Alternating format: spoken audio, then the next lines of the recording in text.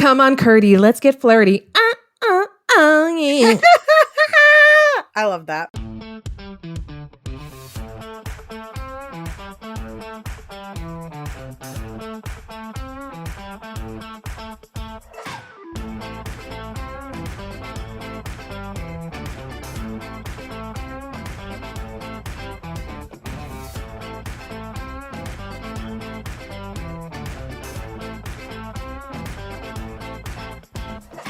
I do too. I even made merch of it because I loved it so much. And I bought the merch of it. So I own that shirt now and I'm loving it.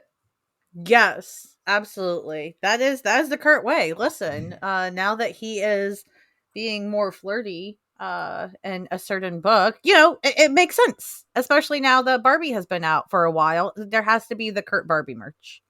I totally agree. I think that we need more Kurts in Barbie Land and everything. But before we get into all that, hey guys, welcome to Simply Amazing.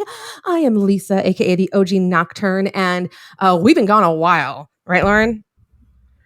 Yeah. Well, I don't know about Lisa. I mean, I kind of do, but I know I have been literally stuck in limbo. And like Amanda Sefton wasn't there to get me out, and Ileana Rasputina didn't come get me out. So I've literally just been stuck in limbo, guys. Limbo is the best way to put my life right now, too. It is such a great word. I actually emailed my boss the same thing today. I'm like, I'm in limbo. So, we've both been going through a whole lot of shit. And unfortunately, talking about Nightcrawler had to take a back seat. So, yeah, I was thinking about earlier. I was like, look, listen, if I can't love Kurt to the fullest right now, like, not that I stopped loving him, that's not what it means, but like, if I have so much other stuff going on in my world that I can't love Kurt to the fullest and help shine his positivity and greatness to the fullest extent, then I feel like maybe I shouldn't. And I'm not saying I'm back to my full self yet. I'm not. And it's just like, I feel like I can have the energy to do it because this podcast has energy and we need to have it to give to you all. So we need positivity in our lives, both of us, I think. And you know what? I think Kurt would be okay with us taking time for ourselves, for our mental health and for our well-being. I think he would be like totally behind that. He'd be like, yes, take a time, take a day. God, I'm sorry. That's got to be an episode one day where I talk about how the whole German accent with Kurt, I've actually never been a fan of. But anyways, that's getting ahead of ourselves. We're here to talk about Barbie. Okay, first of all, I'm now like, I really want to talk about that with you. But yes, no, we're here to talk about Barbie.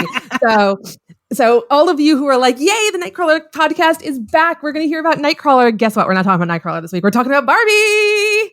Yeah, we said we'd talk about it, and we figured even though it's been a while, we're keeping our word, and we really want to talk about it. And again, we can connect Kurt to this. That's all that is required, is if we can make it connect to Kurt in some way, it's done. It's happening. Let's be real.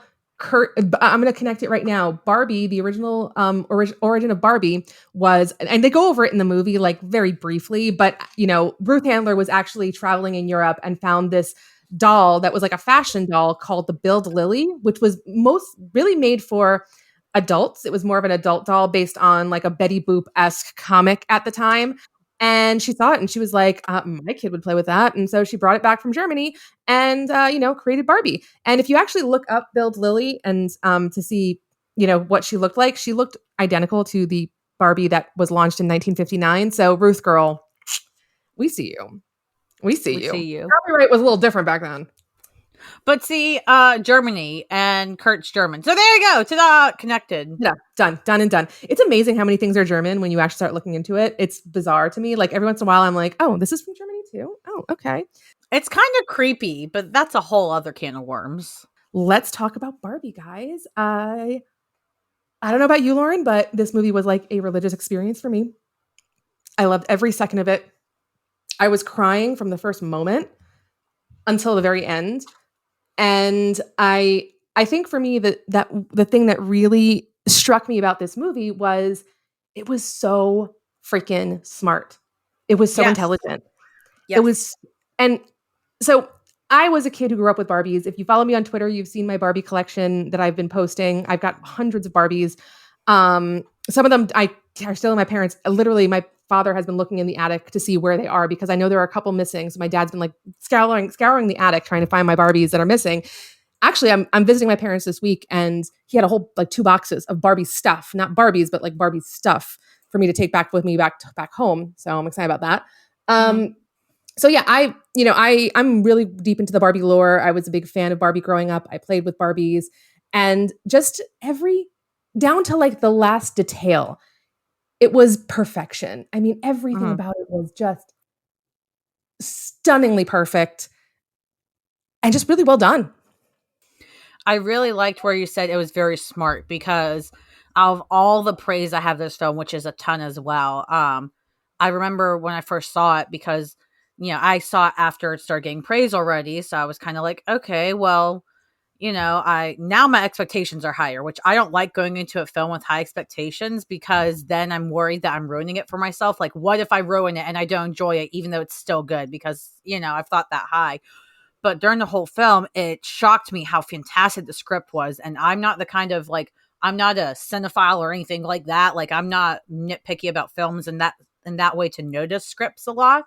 But that was the biggest thing I noticed with Barbie because the first time I watched it, by the end, what I was thinking when the credits started rolling, on top of like the feeling, the up and down between the happy ending and then the kind of sad you get at the same time, is like that was one of the most clever scripts I've ever heard in my life. I cannot believe how intelligent of a script that was. And I think I was just so shocked by it too, because it's not that I expected Barbie to be bad. I wanted it to be good. I heard so much praise. I expected it to be good, and yeah, I didn't, unfortunately, I didn't expect it to have a very strong or clever scripts. And I can't think of the last time a script of a movie other than Barbie blew my mind personally, where I said, wow, that script alone was pure genius. Cause I'm still a general audience viewer in general. So I'm still like, oh my God, that was so fun to watch. Oh, wow. And people were like, but this thing wasn't good.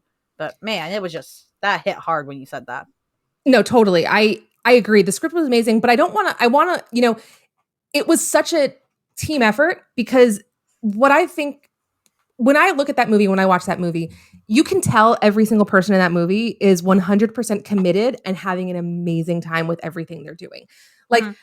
I mean, Ryan Gosling should get an Oscar for playing Ken. He was so good at that dumb blonde patriarchal, like, okay, so spoiler alert, the Kens are the villain of the movie, which I had no idea going in. I really knew nothing about the Barbie movie going in except that it was about Barbie because it came out when I was on a cruise, and then I got off the cruise and was in the hospital for a bit. And so like by the time I actually saw it, I was like, oh my goodness, it just blew my mind because I had no idea what to expect. I had no idea Ken was going to be as important a character as he was because, like, I mean, Ken, the joke that America Ferrera's character, I think her name's Gloria, her character makes is like, oh, I never had a Ken, don't tell me. I mean, when I was growing up, I had so many Barbies. Do you know how many Kens I had? I think I had one Ken. I might have Mhm. gotten a second Ken when my sister was old enough to play with Barbies and it was her Ken. But like, that's kind of how it was. Like, you had tons of Barbies, you had Skippers, you had Midges, you had Kira, you had Christy, you had all the Teresa, all the different characters, but maybe one Ken. And like, I appreciated like the story. It was kind of about Ken finding his place, in a world without Barbie, or what does Ken mean without Barbie? But the fact of the matter is, here in the real world, Ken is meaningless without Barbie, right? Like there's no Ken, just like they say in the movie. There's no Ken dream house. There's no Ken car. There's none of that stuff. It's all Barbies. But I just thought the way that they kind of brought light to that, and the way that they brought light to that, and the way that the Kens reacted, and the way the Kens were treated, just amazing, absolutely amazing. Yeah, there's so much to unpack in all of that. Like, I mean, you could take a very long time actually thoroughly dissecting just that topic alone. That's not even everything in the film by any measure. That's a very small piece of it. But I completely agree. In my opinion, I really liked seeing that the film was so smart too. The script was smart, everything about it was smart, the way the actors played it, and it seemed like the men playing the Kens got it too, which I Oh yeah, personally really loved, and that sold it. If the men playing those Kens did not understand and get what they were playing and what was happening, like what they were the story they were telling, it wouldn't have sold to all audiences to make $1 billion, including a shit ton of men. Men enjoyed Barbie. That's the thing, yes, too. it wasn't just women and non-binary people or otherwise. Men enjoyed it too. And one thing I Good really men did. appreciate about the film is, yeah, right. Well, it made $1 billion, so that's plenty. But all the men that matter for the most part enjoyed it, and that saw it, and it's just so fascinating to me because, there are ways where like people took some of the stuff with the Kens and their story and they're like, oh my God, this attacks men and this says it hates men and all that. But like every other man that saw it got the message of no, this movie is not saying they hate men, because at the end of the day, even though you said like in terms of storytelling wise for writing a script for a film, you're technically right. They're the antagonists or the villains, but in reality, they actually weren't villains because they kind of were, they were antagonists, but at the end of the day, the Barbies didn't have any goal to, lock them up in prison or do any consequence other than getting back just what they had before. That was their goal. And then they just kept the Kens there. And the way the script was written and the actors, the men that played those parts delivered that, it seemed like, even men that saw the film got that, because, and it also gets Little Messenger had one thing I noticed with the Kens at the end, spoiler alert, is at the end of the film, when the Barbies get back Barbie Land and they basically take over again, the Kens are like, can we have a vote? And they literally tell them, no, you can't have a vote, which should be alarming to people, like, especially men, like, oh my God, the Barbies won't give it back. They're dictators now. But they still say, hey, but you can, have a seat on the Supreme Court. Sure, we'll start there. And the crazy part is after that film, like the same men that saw the film, that enjoyed it, they didn't look at that part of the film and go, oh my God, the Barbies are dictators over the men now. They understood the message of, oh, it's not even about gender. It's about treating people correctly. It's not even about equality. Like men seeing that film that still enjoyed it, they didn't walk out of the film going, oh, the men are lesser than the women. They understood, like, it just, that blew my mind. I was like, that's so clever, because that's so hard to get across in terms of writing, delivery, all of it. And somehow this film did that. And I just think that is so freaking cool. And it really helps us women and non-binary, feminine dressing, what's the word? Not portraying, but presenting like individuals. Presenting. Yeah. It's like, it really kind of helps us continue to try to get the message to like men and even allies and things like that of, hey, again, the equality is changing over time, because again, equality looks different when you're somebody that has empathy for others and your leadership and things like that. Like the Barbies had that.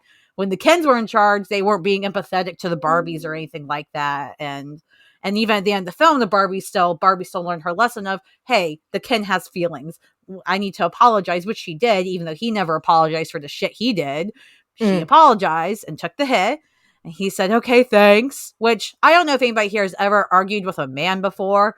And again, I know not all men, whatever, but if you've ever argued with a man before and then you finally just do something like that scene in film, you just apologize, even though they also owe you an apology, or maybe you don't even feel like you really owe one, but you're going to do it because it'll help them. And they have that exact reaction, like, wow, okay, thanks. And it was so real. So sorry for the long rant. I didn't mean to, but all of that just blew my mind. And you're completely right. I hate focusing so much on talking about the Kens of the film, but they are so important to deliver the messages that they're trying to tell for the Barbies, for us women in reality and things like that. Like, there's just so much. I mean, without the Kens, there wouldn't be a movie, right? And, I want to, let's talk about the Ken battle for a second. Spoiler alert again. But, okay, enough of the spoiler alerts. This movie came out in July. If you haven't seen it and you're listening to this and I don't know what you're talking to tell you. So no more It's on digital. Just watch it. It's on digital. I've seen it like 3 times since it came out on digital. I swear to God, I've seen this movie 5 times already. I'm just love it so much. The Ken battle was another piece of just cinematic, chef's kiss, just absolutely gorgeous, beautifully shot, very clearly playing on old war tropes, yes. Like storming the beaches of Normandy, like Band of Brothers, Saving Private Ryan, all of those things. You can really see that. But the thing I really want to point out is before they go to war with the Kens, they talk about what will we fight with? And he's like lacrosse sticks and tennis rackets and blah, blah, blah. And when you think about it, that's all Barbie has.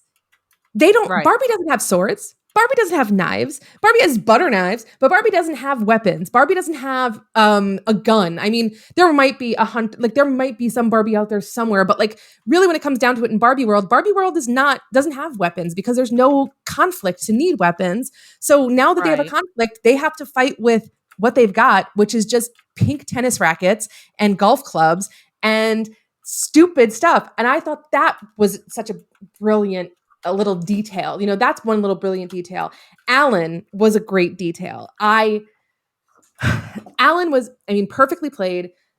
And I want to point out the whole there's only one Alan because I thought that was very smart too.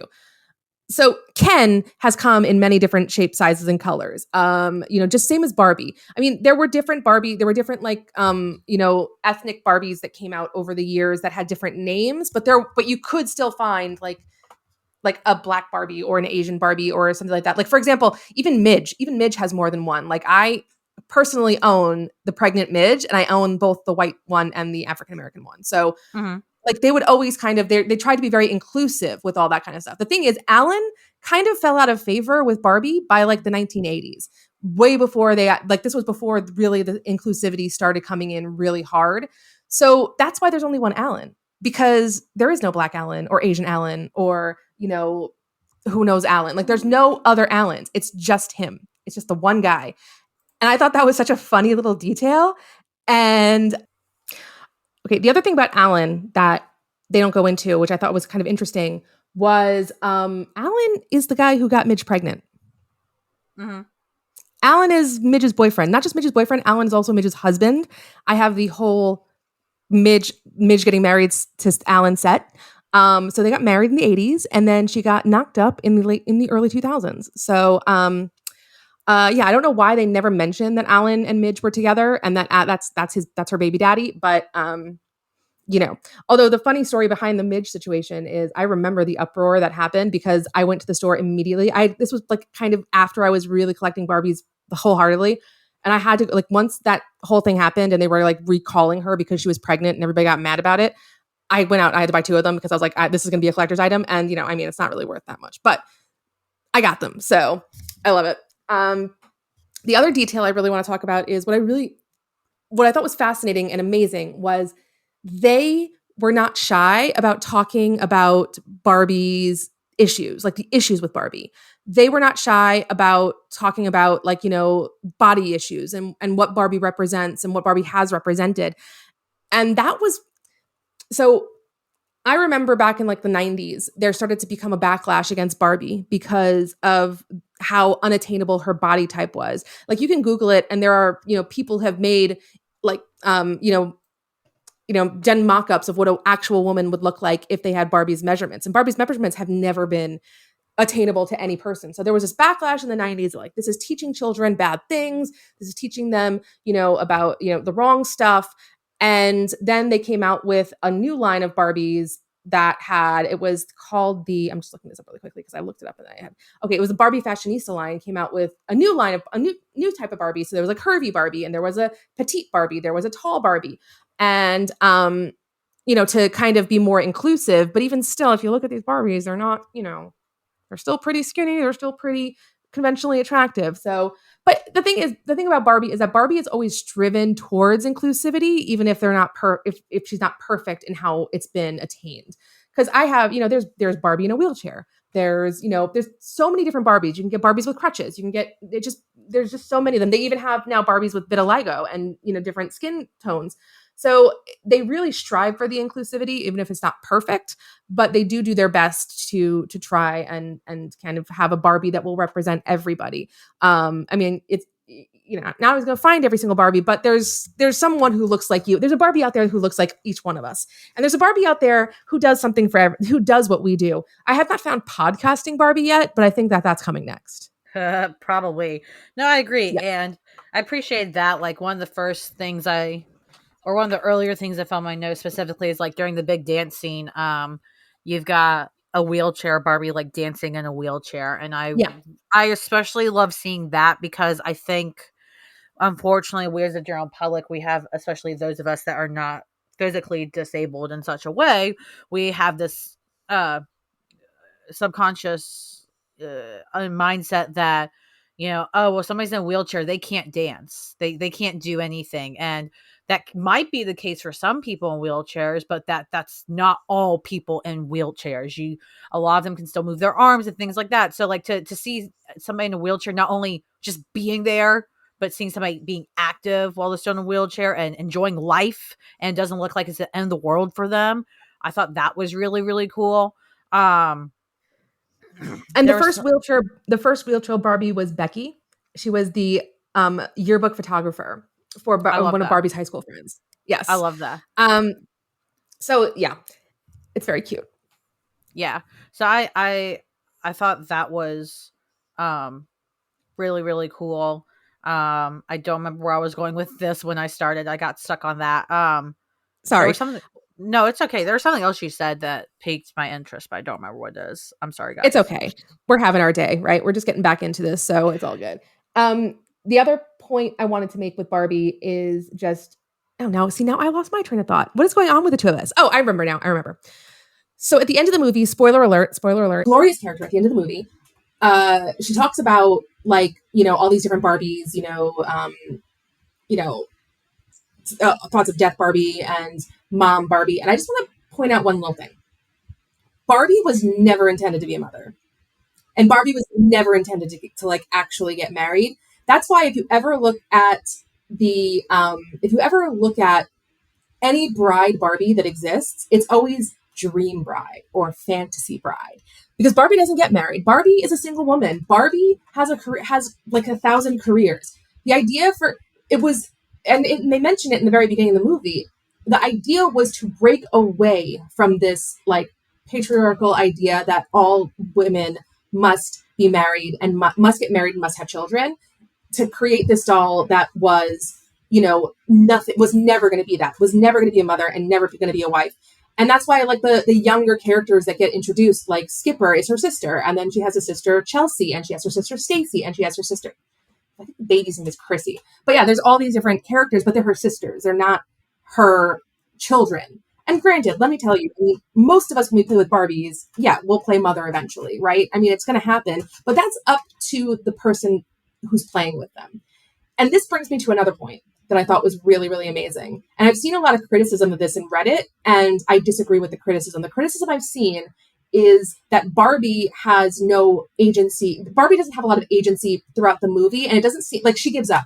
When the Kens take over, she just goes and lays on the ground and is like, I give up. I'm done, right? I don't know what to do. I'm just going to lay here and whatever. Now, a lot of people were like, well, why can't Barbie fight? Why can't Barbie do this? Why can't Barbie do that? The reason is because Barbie doesn't exist without the person who's playing with her. So that's why Gloria is the one who saves the day. That's why she and her daughter are the ones who actually bring, like, who help come up with a plan and bring the Barbies back.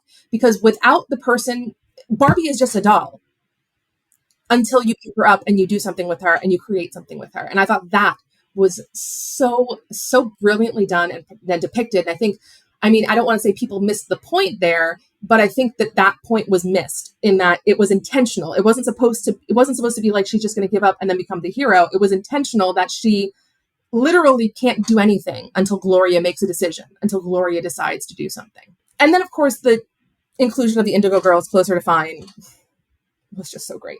Just so great. Like, I love that was a song that got them to the real world.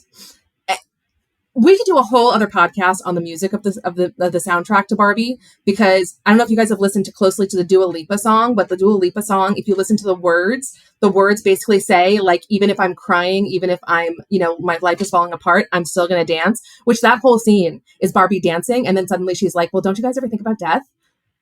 And yeah, it's just incredible.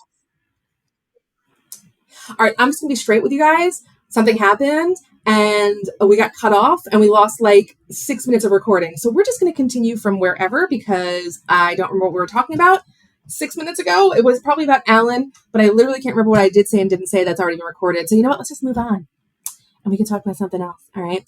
We're going to move on to talking about how we're going to relate this back to Kurt in another way. So I found a what Barbie are you quiz, which I thought was really cute. And in that quiz, we discussed It like, you take the quiz, it tells you what Barbie you are. And I personally got Barbie for me. Who did you get for you, Lauren? I got Gloria. Okay, that's cute. I can see that. I can see you rocking that. Wait, we should read what it says about us, though. Okay. Well, for me, it says your personality matches Barbie. You're kind, supportive, and beautiful inside and out. Like Barbie, you see the good and optimistic sides of things and always want the best for people you love. You brighten every single room you walk into, and people absolutely adore you. Okay, I don't believe half of that. And also, brightening every single room I walk into, I listen to way too much true crime to feel comfortable with that, because every single person who gets killed, murdered, or something, they brightened a room. So fair. But you know who that does sound like? And so we took the quiz twice each, both of us. We took it once for ourselves, and then we took what? You got to read Gloria. Oh, fine. I wanted to connect it, but fine. We can do Gloria now. You're empathetic. You're empathetic, wise, and a total kid at heart. Like Gloria, you're a realist and people admire your honesty. While the real world might not always be what it's cracked up to be, you just know that people love and appreciate you. You're truly one of a kind. I want to say that's actually pretty on the nose, but I also am worried I'll sound egotistic, particularly with that last line. But that feels pretty on the nose to what I hear from my friends and stuff. So I would agree with that. So who did you get for Kurt? I'm going to guess I know who you got for Kurt. Yes, because so Lisa's like, I don't think I'm Barbie. This doesn't fit me. But you know who that does fit? Kurt. Because guess who I got for Kurt? Barbie. Because let's read it again, but think about Kurt this time. You're kind, supportive, and beautiful inside and out. Like Barbie, you like to see the good, optimistic side of things. Kurt is very much like that. And you always want the best for people you love. 1,000% Kurt. You brighten every single room you walk into. Obviously, Kurt. And people absolutely adore you. 1,000,000,000% Kurds. So now, Lisa, I know you're like, that doesn't fit me, but let me just tell you this. You got the result that matches what I got for Kurt. So in my head, that means you're the most like Kurt, which means you're the best of us, and why you're the flagship of this podcast. You're welcome. Oh, everyone. Shush, stop it. I mean, that is the sweetest thing you ever said in life. Thank you so much. It's true. You're welcome. Let me tell you, I've been going through a lot these past couple months. So, Mood. I also got Barbie for Kurt. See, Lisa? So you just have to realize your full Kurt Barbie potential. It's there. Okay, fair enough. It is all there. You just have to believe it and embrace it in yourself. Fair enough. I totally agree. I want to ask you, like, I wonder how many of these things we answered the same way for Kurt, because I'm super curious. What's a quality you look for in a friend? What did you say for Kurt? I was torn between two. I was torn between kindness and empathy, but I picked kindness. See, I put sense of adventure. That was the third option. Absolutely. Yeah. So pick a color to paint your dream house. What did you pick for Kurt? I mean, I picked blue. Duh. Same thing. Blue. Exactly. So what about Barbie? Tonight's girls' night. Pick a Barbie to co-host your slumber party. Who did you pick? Mermaid Barbie. She looks like his kind of gal 1,000,000%. Dua Lipa can come to my house too. See, I picked Mermaid Barbie for me because I'm obsessed with mermaids, but I picked Author Barbie for Kurt. And the only reason I did was because, like, Kurt loves fantasy and he loves pirates and he loves all that stuff. And, like, of all of these characters here, like, Author Barbie would probably have some good stories to tell. That was my second choice. I almost picked that, but I said I'm going Mermaid, which is what I picked for myself as well, honestly. Now, pick a movie to watch with all your best friends. What did you pick for Kurt? I picked The Notebook because he is a straightforward, cliched cheeseball, but I think Wizard of Oz would have been a great choice. That's what I chose The Wizard of Oz. I think The Notebook is a good choice too, but I chose personally The Wizard of Oz because, number one, we know canonically he really likes old movies because he's really into Errol Flynn and all that stuff. And I think the whole story of someone like trying to find their home and finding out that they had it in them the whole time, and you know, the story with the Tin Man and the Cowardly Lion and the Scarecrow, I think he'd relate a lot to all that. Yeah. No, I totally get that. Absolutely. I think those are definitely the top two options of everything there. For sure. What about choose a song to belt out at karaoke? What did you pick for Kurt? Sorry, I remember how to scroll. I picked Levitate by Dua Lipa. This was probably the hardest question to me. I was like, damn, I have to think about like what song he would most like, and then which one he have the most fun belting out to. But like Levitate by Dua Lipa, I thought that was like it was probably a safe choice. It wasn't a bold choice. It was a safe choice. It was a good choice because I chose the exact same thing. We're so smart. I love how you're like, it's a good choice because I chose it too. Basically, yeah. No, I chose the same one, and the reason I chose it was because there's a scene from Claremont X-Men back in like the early mid to 2000s where Kurt and Neroro are all dressed up in like their finest, like she's in a ball gown and he's in a tuxedo, and they are dancing, and then suddenly she like makes them like dance and like they're dancing in the sky, like levitating. And I don't know why every time I hear Dua Lipa, I always think of that scene. So, or that specific song, I think of that scene. So that's why I chose that one. So that's more of a personal reason I chose it. But choose the inspiration for another iconic toy themed movie. What did you pick? For that one, I picked this one. I really didn't think. I was just like, fuck it. I picked Barrel Monkeys. I stand by it. I picked it too. Oh, we're so good. I picked it too. I mean, listen, monkeys kind of have a prehensile tail, just like Kurt, and Kurt jumps around a lot, so he's a monkey. Like he's got monkey qualities, even though I don't think he's very animalistic. And finally, choose something from Barbie. What did you choose for Kurt from Barbie? I feel like there were multiple good choices, but I chose the Ken War. I felt like that was just Kurt incarnate there, so I chose it too. I chose the Ken War too. I chose it because it was like Kurt is never gonna shy away from a battle. Like if he's walking on the street and he sees a fight and he's like, I'm in, let's do this. You know what I mean? Get my swords out and let's go for it. So yeah, I love it. Perfect choices. Perfect. I thought of one thing that I think got missed when we had our little snafu that I wanted to bring up, which was about Barbie and body types. Did we I don't know if this made it into it or not.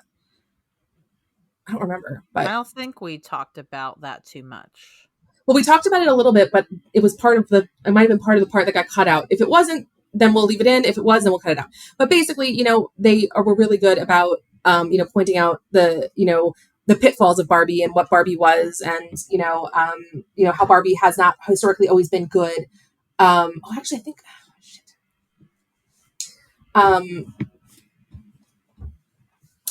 Just give me 1 second because I do think this made it in. Now I'm wondering if it was the part about Barbie being a mother that didn't make it in.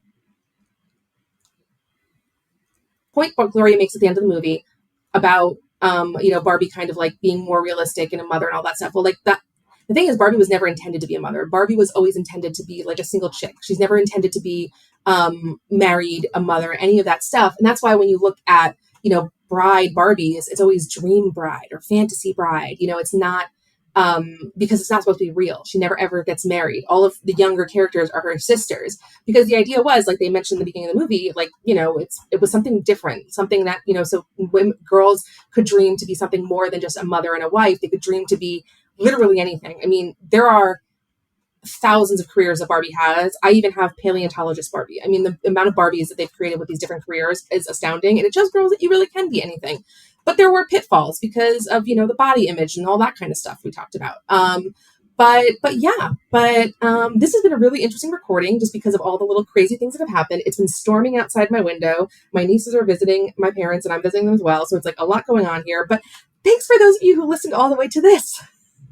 Right? Yeah, it's challenging when you get so into recording and you talk, and you guys that listen to this like regularly when we're not dying, you guys know how into it we get. So it's hard to keep track of like, crud, what do we talk about next? So we do the best we can, but it's always fun.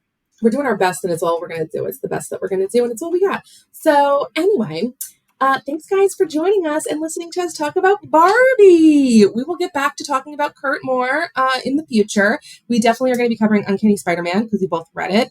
And correct. Yes, we're going to be, and we got some other fun stuff that we have planned to talk about. Listen guys, our lives are still kind of crazy. So are we going to do the weekly? I don't know, but we're going to do our best to try and get stuff out when we can get it out for you. So, and it's not like that's much is happening in the comics with Kurt. He's just Spider-Man, which I'm down for. I'm in. Yeah, exactly. It's fun, but we'll talk about that. And yeah, in terms of like how often and consistent episodes come on, I don't want to make any promises yet because we got to get back in the flow of things and, but we're going to do our best to record as much as we can. And honestly, any feedback you guys have, like if you guys miss us, you want to hear more, if you guys want us to talk about something, let us know. We're on Blue Sky. We're on Twitter still. Let us know because, the more, if there's more encouragement that we know about, then I know I'm definitely personally more motivated, because I'm like, oh my God, you guys really want it. Like, I need to get off my ass. So not that you have to do that, but if you guys do want to give encouragement, or you really want something from us, you want us to record something, let us know. Gives us a little more motivation to get it out there to you. Perfect. Love it, love it, love it. And yeah, if you're listening and you haven't yet followed us, please follow us on everything. Like Lauren said, we're on Twitter, we're on Blue Sky, we're on like all of them now. Instagram, I mean, I don't know, Facebook, whatever. We're there. Well, you can find us. You can also find us at simplyamazingpod.com. That's our website that I need to update a little bit more because I haven't updated it in a long time. But we'll get back into it. We'll get back to the swing of things.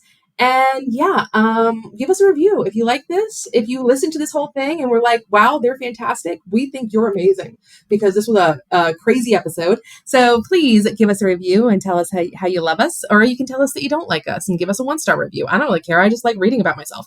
So all right, Barbie. I'm not going to try. Come on, Barbie. Let's go party.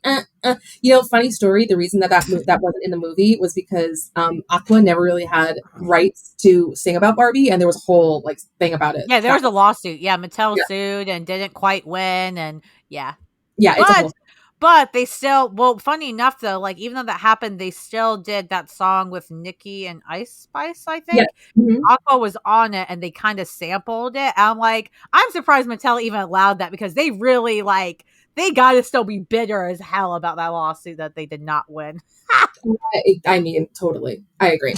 Well, if you're out there and you love Barbie just as much as us, just tell us, and we want to hear about it. Tell us what you thought about the movie, or if you're like, bitches, why are you talking about this? This is a Kurt podcast. Well, listen to something else. I don't know what to tell you. But if you are out there enjoying yourself in your dream house with your dream man, just remember that you are simply amazing.